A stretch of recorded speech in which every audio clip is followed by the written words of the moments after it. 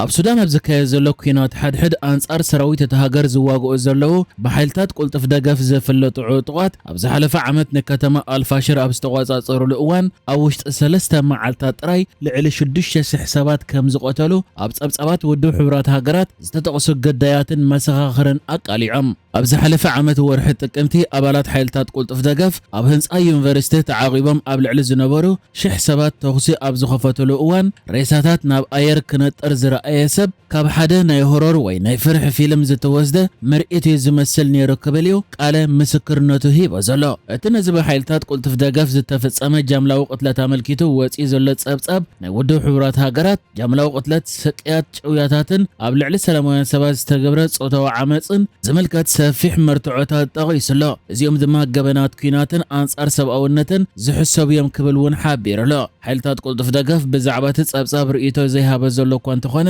ቅድሚ ሕጂ ንዝቐርበሉ ተመሳሳሊ ክስታት ክነጽግ ጸኒሑ እዩ። ሱዳን ኣብ መንጎ ምድብ ሰራዊት እቲ ሃገርን ሓይልታት ቁልጥፍ ደገፍን ዳርጋ ን3 ዓመት ብዝቐጸለ ውግእ ሓድሕድ እያ ትሳቐ ዘላ። እቲ ዝካየድ ዘሎ ኩናት ሓድሕድ ኣማኢት ኣሽሓት ሰባት ቀቲሉ ዘሎ ኮይኑ ልዕሊ 13 ሚልዮን ሰባት ድማ ካብ ገዝኦም ክፈናቐሉ ተገዲዶም እዮም። ኣብቲ ኩናት ከዓ ኣብ ልዕሊ ደቂ ተባዕትዮ፣ ደቂ ኣንስትዮን ህፃናትን ዝፍጸም መጠነ ሰፊሕ በደላትን ጾታዊ ዓመፅን ከም መሳርሒ ኩናት ከገልግል ጸኒሑ ከም ዘለውን ጸብጻባት ይሕብሩ። ክልቲኦም ወገናት ማለት ብወገን ሰራዊት ይኹን ብወገን ሓይልታት ቁልጥፍ ደገፍ ግፍዒ ብምፍጻም ይኽሰሱ እዮም። ክልቲኦም ግን ንዝቐርበሎም ክስታት ወትሮ ከነጽግዎ እዮም ጸኒሖም። ኣሜሪካን ሂማን ራይት ዎችን ዳዕመል ሰሪዕ ወይ ሓይልታት ቁልጥፍ ደገፍን መሻርክቲ ምልሻታትን ኣብ ምዕራባዊ ዞባ ዳርፉር ኣብ ልዕሊ ህዝቢ መሳሊጥን ካልኦት ዓረብ ዘይኮኑ ማሕበረሰባትን ምጽናት ዓሌት ከም ዝፈጸሙ እዮም ዝገልጹ። ኣብ ዳርፉር እትርከብ ወሳኒት ከተማ ኣልፋሽር ን18 ኣዋርሕ ኣብ ትሕቲ ከበባ ሓይልታት ቁልጥፍ ደገፍ ኣትያ ዝጸንሐት ኮይና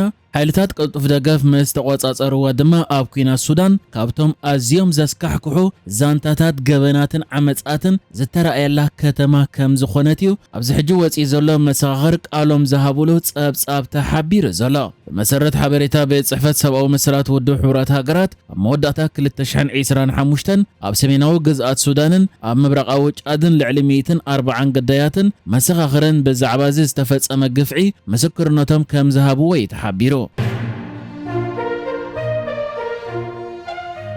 መበል 39 ዋዕላ ሕብረት ኣፍሪቃ ኣብ ኢትዮጵያ ይጋባ ኣብ ዘለወሉ ግዜ ቀዳሚ ሚኒስትር ኢትዮጵያ ኣብይ ኣሕመድ ነቲ ዋዕላ ኣብ ዘስምዖ መደረ ሃገሩ ኢትዮጵያ ናይ ጂኦግራፊ እስርቲ ኮይና ከም ዘይትቕጽል ተዛሪቦ። እቲ ቀዳማይ ሚኒስትር ኣብቲ ዘመሓላለፎ መልእኽቲ ብሰላማዊ መንገዲ ውሑስ ተበጻሕነት ባሕሪ ምርግጋጽ መሰረታዊ ድሌታት ኢትዮጵያ ምዃኑ ተዛሪቡሎ። ብተወሳኺ ኣብ መደረኡ ውሑስ ወደብ ባሕሪ ንቆጠባዊ ብልጽግናን ነዊሕ ዝጸንሕ ምርግጋእን ሃገራት ቀርኒ ኣፍሪቃን ኣገዳሲ እዩ ድሕሪ ምባል ሕጂ ኣብ ዓለም ለኻዊ ምስጋር ኢና ዘለና። ኣብዚ ዘይርጉጽነት ዝዓሰሎ ዘመን ሓይሊ ኣፍሪቃ ኣብ ርእሲ ምትእማንን ስሙር ግንባርን እዩ ክብል እንከሎ ኢትዮጵያ ኣፍ ደገ ባሕሪ ክህልዋ ድሌታ ብተደጋጋሚ ገሊጸ ኢሉ። ኣብይ ኣሕመድ ነቲ ቅድሚ ሕጂ 130 ሚልዮን ህዝቢ እሱር ጂኦግራፊ ክኸውን የብሎን ዝበሎ መግለጺ ደጊሙ ዝሃበ ኮይኑ ናብ ኣፍ ደገ ባሕሪ መብጽሕ ንኢትዮጵያ ናይ ህላወ ጉዳይ ካብ ዝብል ንድሓር ድማ ምስ ጎረቤት ሃገር ኤርትራ ዝምድንኡ ተባቲኹ ሓያል ዲፕሎማስያዊ ወጥሪ ተፈጢሩ ይጸኒሑ። ሕጂ ከዓ ኣብይ ኣሕመድ ኣብ ዝተፈላለየ ኣህጉራውን ዞባውን ኣኼባታት ብዛዕባ ኣፍ ደገ ባሕሪ ደጊሙ ክዛረብ ተሰሚዑ ዘሎ ኮይኑ ኣብዚ መበል 39 ዋዕላ ሕብረት ኣፍሪቃ ድማ ኣብ ጉዳይ ኣፍ ደገ ባሕሪ ኣተኩሮ ገይሩ ብምዝራብ ሃገሩ ኢትዮጵያ ብሰላማዊ መንገድን ብሰላማዊ ምትሕብባርን ውሑስ ተበጻሕነት ኣፍ ደገ ባሕሪ ንምርግጋጽ መሰረታዊ እዩ ድሕሪ ምባል ልዕሊ 130 ሚልዮን ህዝቢ ዝነብረላ ሃገር ዘላቒ ልምዓት ንኽህልዋ ወደብ የድልያ ክብል ተዛሪቦ። ኣብይ ኣሕመድ ካብ ጉዳይ ባሕሪ ወጻኢ ብዛዕባ ኣብ ኣፍሪቃ ዘለዉ ሩባታት እውን ዝተዛረበ ኮይኑ ንሓበራዊ ረብሓ ኣብ ዝውዕልሉ እዋን ምንጪ ምርግጋእ ክኾኑ ከም ዝኽእሉ ተዛሪቦ።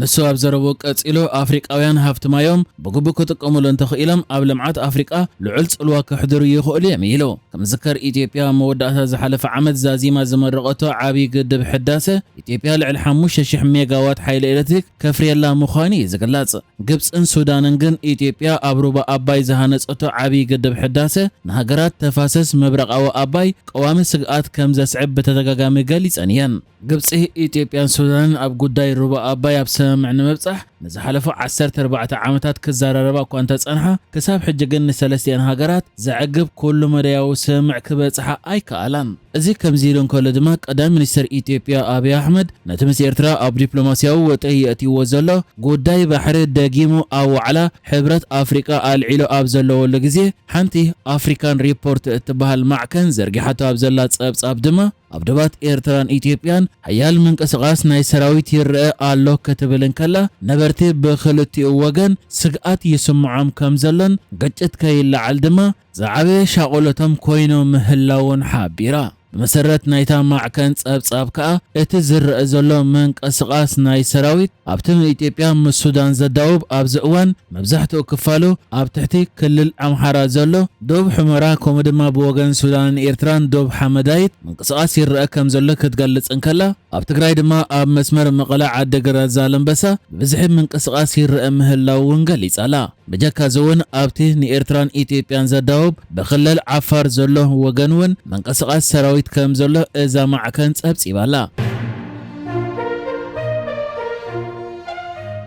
ውድብ ጥዕና ዓለም ኣብ ክልል ኣምሓራ ኢትዮጵያ ኣብ ዝፍጸም ዘሎ ጎንፂ ኣብ ልዕሊ ሰራሕተኛታት ጥዕናን ትካላት ጥዕናን ዝፍጸሙ መጥቃዕታት ህጹጽን ናጻ ምርመራን ክካየድ ጻውዒት ኣቕሪቡ። ዋና ዳይሬክተር ውድብ ጥዕና ዓለም ዶክተር ቴድሮስ ኣድሓኖም ብመንገዲ ናይ ፌስቡክ ሕሳቡ ገይሩ ኣብ ዘርግሖ ጽሑፍ ሰራሕተኛታት ጥዕና ብዝተፈላለዩ ወገናት መጥቃዕታት ዕላማ ኮይኖም ኣለዉ ድሕሪ ምባል ቅትለት፣ ማእሰርቲ፣ መግረፍቲ ይገጥሞም ኣለዉ ድሕሪ ምባል ዘሰክፍ ጸብጻባት ንሰምዕ ኣለና ኢሉ። ዶክተር ቴድሮስ ኣድሓኖም ኣብ ጽሑፉ ቅድሚ 10 መዓልቲ ዶክተር ጽጋሆን ስመ ዝተባሃለ ሓኪም ኣብ ከተማ ባህርዳር ብሓይልታት ጸጥታ ተወሲዱ ድሒሩ ሞይቱ ከም ዝተረኽበ ጠቒሱሎ። ብጀካ ዝውን ኣብ መንጎ ሓይልታት ጸጥታ መንግስትን ዕጡቓት ፋኖን ብዘሎ ጎንፂ ሆስፒታላት ዓንየን ሰራሕተኛታት ረድኤት ድማ ህይወቶም ስኢኖም ኣለዉ ኢሉ። بسنك مقراص أغلغلوت إنترنت حبريتا نمركب أصقام منبارو زغالص دكتور تيدروس أدحانوم أبتم زغاطوم فصامتات حصصن ناصن مرمرا ككيت صاوعيتا أقربولا تكالات عنان سمويات عنان علامة متقعت كخونو كم زي بلومون أسميرولو أب تكلل زكاية زلو قجت تكالات عنان أبيات تمرتن حويسو نبوزحات سيفيلاوي مسرة لمعات كم زعنوه زغالص أخوينو سرحتنياتات عنها بخلتي وغن علامة يخونو كم زلو زحبر ጸብጻባት كم زلو وانغاليزو